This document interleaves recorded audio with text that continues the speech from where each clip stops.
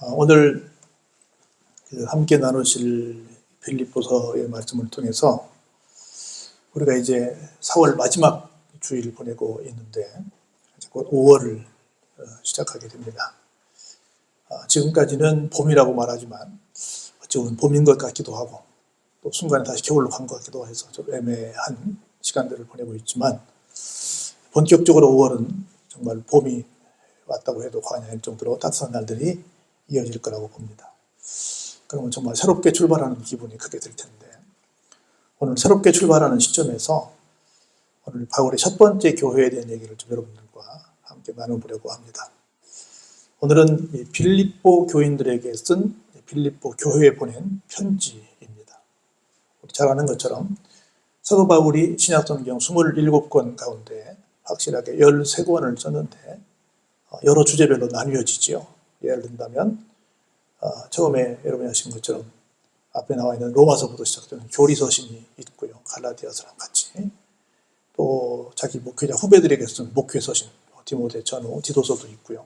이런저런 주제를 갖고 있는데 그 중에 한 가지가 감옥에서 쓴 편지다 그래가지고 옥중서신이라고 하지요. 그래서 빌립보서, 골로새서, 빌레몬서, 에베소서 이렇게 우리가 그런 얘기들을 합니다. 그 중에 한 권인 역시 이 오늘 빌립보서도 감옥에서 쓴 글이어서 옥중서신 가운데 한 권인데 이 책 가운데 간단하게 서론 부분만 보면서 처음 시작하는 우리 입장에서 어떤 생각들을 갖는 것이 좋은 우리 마음일까를 생각을 해봅니다.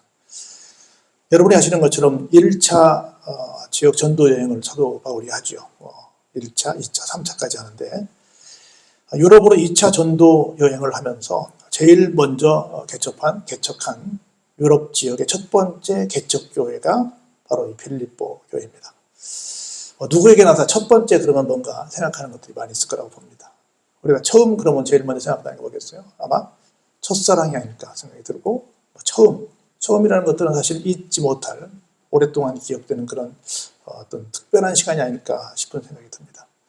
그런 맥락에서 모든 교회들이 다 소중하지만 특별히 자기가 처음 개척한 교회이기 때문에 어떤 교회보다도 훨씬 더 마음이 가는 어떤 다른 교회는 사랑하지 않는다는 건 아니지만 특별한 어떤 관심이 가는 그런 교회가 아닐까 하는 생각을 해보고 실제 바울도 그런 마음을 가졌던 것이 분명한 것으로 보이고 또 그런 마음을 아는 듯이 또 빌립보 교인들도 특별히 바울에게 특별한 애정을 쏟아주었다 하는 생각을 해보면서 우리가 새로운 봄을 맞이하면서 특별한 어떤 우리 마음가짐 또 특별한 우리의 관계를 다시 한번 생각해보는 시간이 되면 어떨까 하는 생각이 들어서 본문의 말씀을 한번 선정해 봤습니다.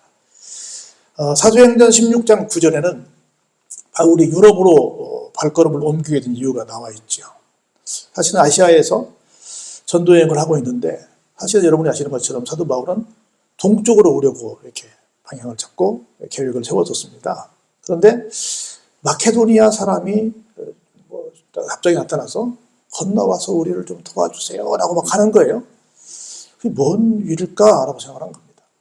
그래서 나는 분명히 오른쪽으로 가려고 했는데 왜 예수님은 유럽 쪽으로 서쪽으로 왜 왼쪽으로 오라고 그러시지? 그런데 이걸 하나님의 사인으로 알고 방향을 그쪽으로 돌려서 가는데 첫 번째 만난 곳이 이 빌립보라고 하는 동네입니다. 마게도냐의 첫 번째 성이 바로 이 빌립보지요. 여담입니다만 빌립보 같은 경우는 이렇게 꿈에 나타나서 부른 사람이 누굴까가 궁금할 텐데 그게 누구냐면 아마 많은 전승에 의하면 알렉산더가 아닐까 그렇게 얘기를 합니다. 뜬금없이 알렉산더가 나오나 하는데 알렉산더의 아버지 이름이 필리포스라고 하는 건데 그 아버지 이름을 따서 지은 동네 이름이에요. 그래서 그 가문과 관련된 것이기 때문에 그쪽의 실세인 그쪽을 어떤 영향력을 가장 갖고 있는 사람이 와서 도와달라고 한 것이다. 어떤 그냥 평범한 사람이 도와달라고 한 게 아니라 알렉산더가 나타나서 여기 중요한 것이니 좀 와서 좀 해주시오 라고 하는 부탁을 했다고 성경이 나오지 않는데 전승에 그렇게들 얘기하고 있습니다. 그래서 갔어요. 가서 이제 처음에는 그냥 계획 없이 왔으니까 강가에 가서 이제 복음을 전하는데 여러 사람들 중에 어떤 사람이 굉장히 신중하게 정말로 집중해서 바울의 얘기를 듣죠. 그 사람이 누구였죠? 자주장사, 옷감 장사 루디아가 그 얘기를 듣고 나중에 그렇게 말하죠. 나를 믿는 사람으로 인정한다고 한다면 우리 집에 갑시다. 우리 집에 머무시오. 그렇게 얘기하다가 처음에는 잘 안 들으니까 강권해서 얘기를 해서 결국은 그 집에 가서 교회를 시작하게 되는 계기가 됩니다. 당시 이 빌립보는 여러분이 아시는 것처럼 1만 명에서 1만 5천 명 정도, 그리 큰 도시는 아닌데 그 정도가 보였던 작은 도시였습니다.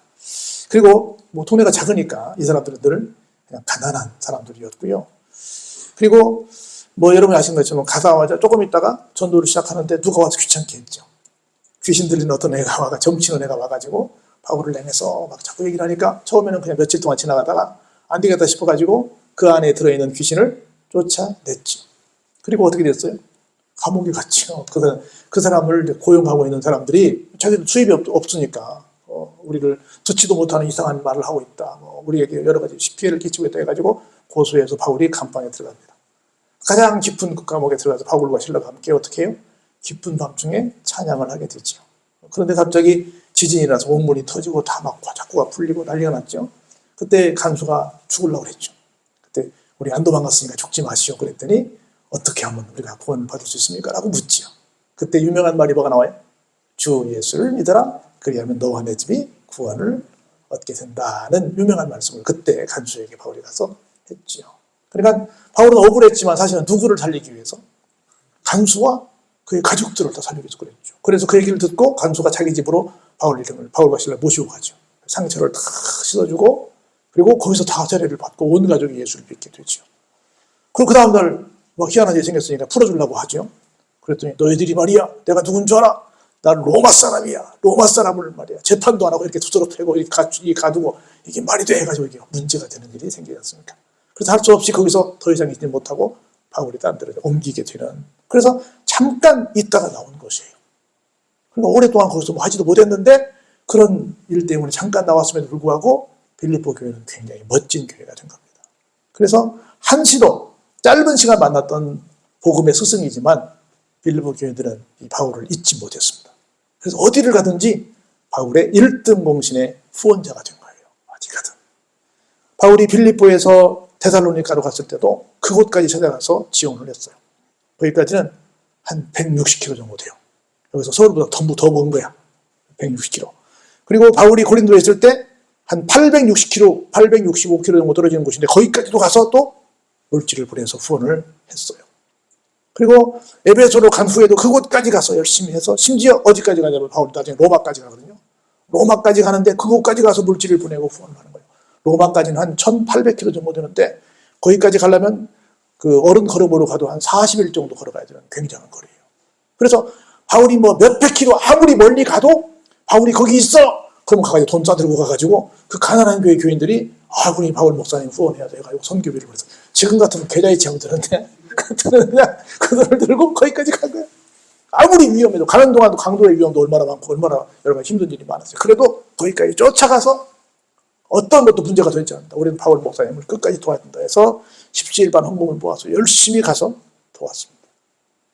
그래서 정말 첫 번째 만났던 이 만남이 얼마나 소중한지를 우리에게 보여주고 있는 거예요. 근데 이게 지금 빌립보서 편지를 쓰고 있는 곳은 현재 바울이 로마 감옥에 투옥된 상태에서 하거든요. 근데 지금 얼마나 됐냐면 빌립보 교회를 개척한 지 한 10년이 지난 다음에 쓰는 거예요. 10년이 지난 다음에 쓰는데도 아직까지도 빌립보 교인들의 마음은 이제 우리 할 만큼 했어. 몇 년 동안 그냥 여기도 저기도 후원금 보내고 다 했는데 우리도 가난한 처지인데 할 만큼 한 거 아니야?가 아니라 지금까지도 끝까지 이렇게 후원하는 모습을 보면서 거기에 감동을 해서 바울이 쓰는 편지가 오늘 빌립보서예요. 1장 1절은 볼까요? 그리스도, 잘 보세요. 뭐가 다른지, 다른 바울 서신과 그리스도 예수의 종 바울과 디모데는 그리스도 예수 안에서 빌립보에 사는 모든 성도와 또한 감독들과 집사들에게 편지하노니 하나님 우리 아버지와 주 예수 그리스도로부터 은혜와 평강이 너희에게 있을지어다. 아까 제가 봉독해드렸는데 이렇게 시작을 해요.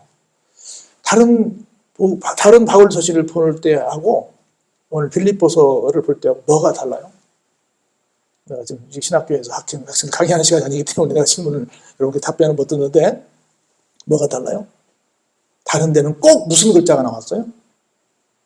그리스도 예수로 말미암아 사도된 나 바울은 이렇게 시작해요. 그러니까 그 말은 무슨 말이에요? 내가 사도라는 것을 말하기 위해서 그렇게 썼겠어요? 아니요. 상당수의 많은 교회들은 자기가 아직까지도 사도인 것을 인정하지 않는 거야. 그래가지고 굳이 있을 때마다 나 사도 베드로는 이렇게 나 사도 바울은 말하는 거야. 내가 진수한테 편지 올 때마다 진수 아빠인 박성환 이렇게 많이 썼습니까? 어? 그렇게 말하지 않잖아요. 왜? 하나만 한 얘기니까. 그런데 다른 교회들은 꼭 그 말을 쓰는데 빌립보 교인들은 어떻게 쓰니까? 바울을 확실한 사도로 인정했으니까 그 말할 필요가 없는 거예요. 확실하게 서로 신뢰하는, 확실하게 서로를 인정하는 그런 관계로 서로가 믿고 있기에 그냥 처음부터 누구면 돼요? 그냥 그리스도의 종이면 돼. 거기다 굳이 사도라고 할 필요 없는 거야. 그냥 그리스도의 종이야 그냥. 그럼 항상 그 바울 곁에는 의리의 사나이 누가 있어요? 믿음의 후배이자 믿음의 아들이라고 말할 수 있는 디모데가 늘 있었어요. 함께 있었어요. 늘. 그래서 빌립보에 사는 성도들과 감독, 지금으로 말하면 장로님들, 어떤 권사님들, 이런 대표자들과 그리고 모든 집사님들에게 편지를 하고 있다고 시작을 합니다. 그러면서 하나님 우리 아버지와 주 예수 그리스도로부터 은혜와 평강이 항상 너에게 있기를 바라는 그런 기도를 하고 있는 겁니다. 그런 축복을 하고 있어요. 그러면서 특별한 그런 나를 무조건 믿어주고 내가 아무리 멀리 있어도 나를 향해서 그렇게 사랑의 손길을 펼치는 너희들을 내가 생각할 때마다 뭐 해요? 하나님께 나는 감사한단다. 감사한단다. 생각하면 그 사람 생각하면 참 감사야. 그 교회 생각하면 참 감사야. 얼마나 참 감동적인 말이에요. 그리고 간구할 때마다 너희 무리를 위하여 기쁨으로 내가 생각날 때만 기도해요? 아니요. 항상 간절히 기도해요. 그냥 지나가는 말로 인사치레로 그냥 기도하는 게 아니라 항상 간절히 간구한다는 거예요. 그 이유가 뭔 줄 아세요? 한번 5절 같이 볼까요? 너희가 처음 내가 개척하던 날부터 지금 이 순간까지 복음을 위한 일에 나와 함께 참여하고 있기 때문이다. 지금 교회를 개척한 지 얼마 지났다고요? 10년 지났다고요. 지금 어디 있다고요? 지금 몽화에 있다니까. 지금 거의 2000km 되는 그런 멀리 떨어져 있는 곳에 있다니까요. 시간이 얼마가 지났던, 거리가 얼마나 떨어져 있던 상관없이 처음부터 지금까지 끝까지 나와 함께하고 있는 정말 고마운 여러분들이기에 나는 지금 너희들을 위해서 항상 기도할 때마다 간구한다. 간절히 기도하고 있단 말이야.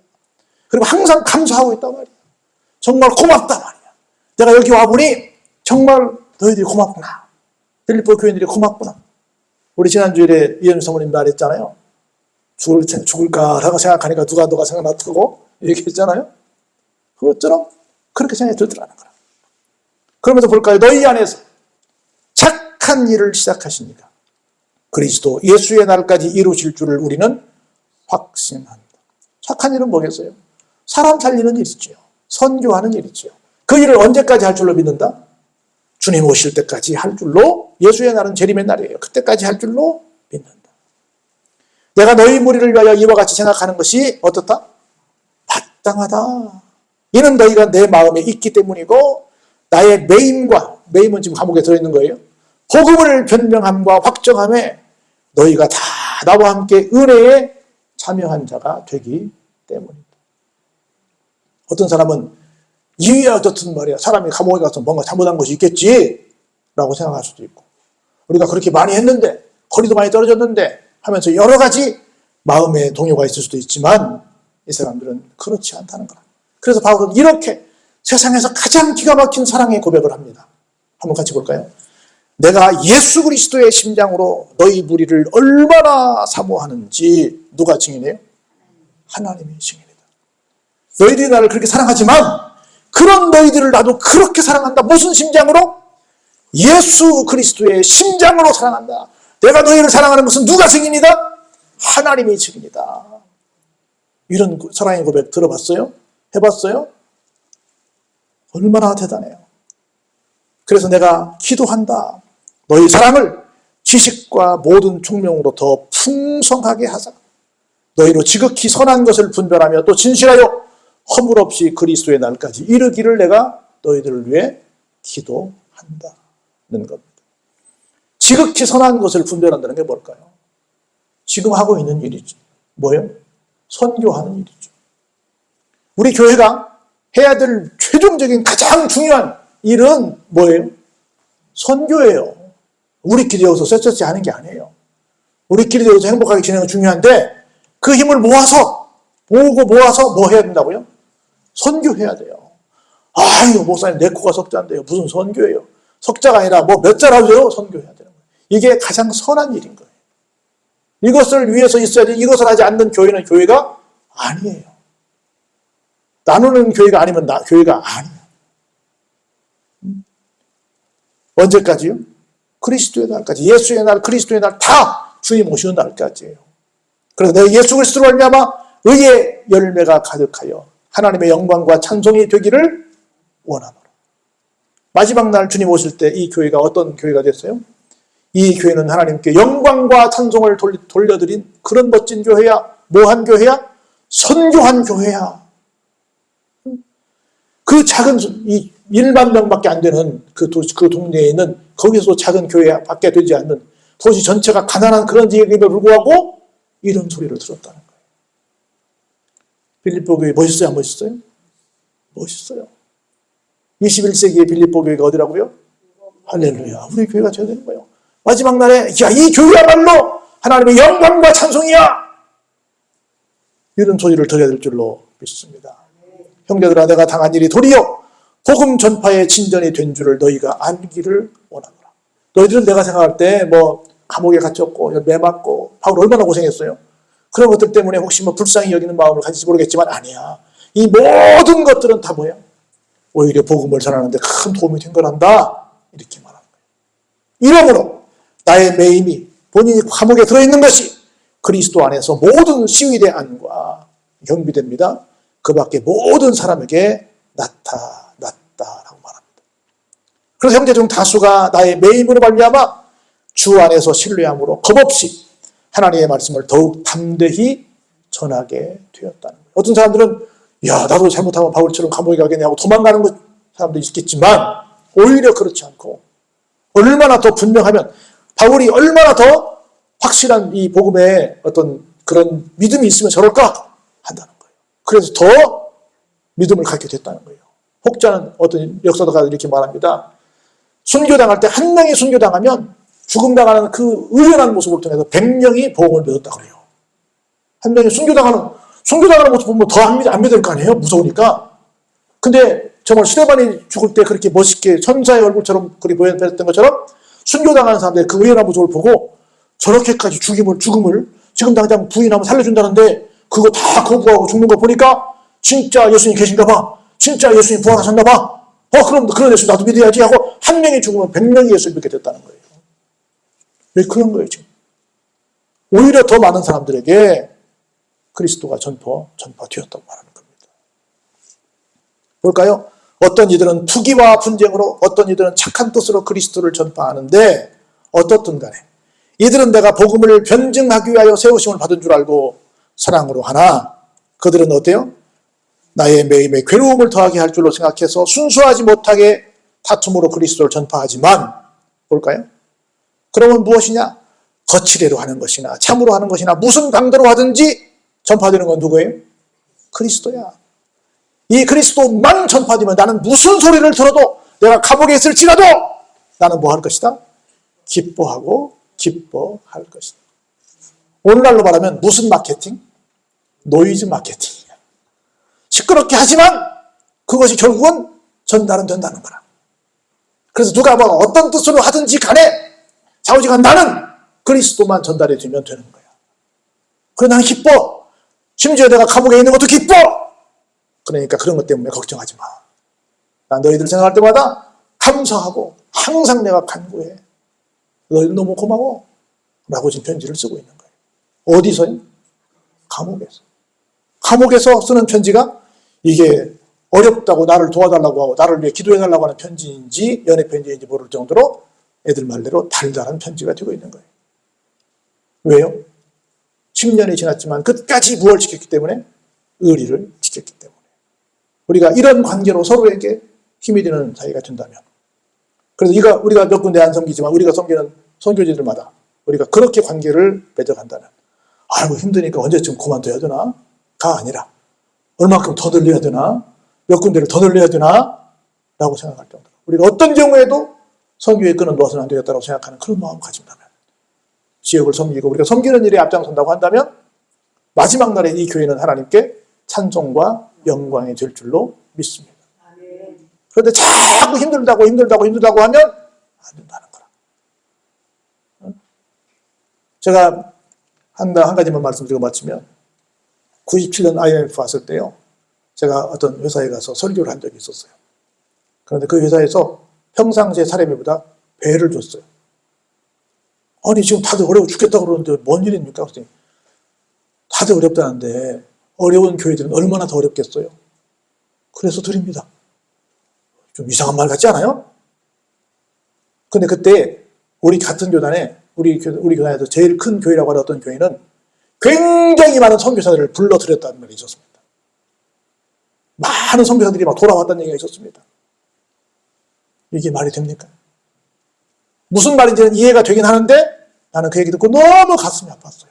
이 사장님은 더 어렵다고 나한테 따블로 줬는데 큰 교회들은 어렵다고 선교사들 막 들으라고 해서 들었다는 거예요. 이게 무슨 일이냐? 나는 결코 바람직하지 않다고 봅니다. 하나님이 IMF니까 들어오라고 했을까? 나는 안 그랬을 것 같아. 하나님의 마음은 그러지 않았을 것 같아. 어떻게든 했었을 것 같아. 나는 하나님께 여쭤봐야 되겠죠. 여쭤봐야 되겠지만 우리 힘들 수 있습니다. 할 수 있는 것들은, 하나님께서 맡겨주신 일은 하겠다고 하면 하나님께 길을 열어줄 줄로 믿습니다. 그래서 최종적으로 정말 이 교회는 하나님이 사랑하시는 교회구나 라고 하는 그런 얘기를 하기에 부족함이 없는 우리 모두가 되기를 주의 이름으로 축원합니다.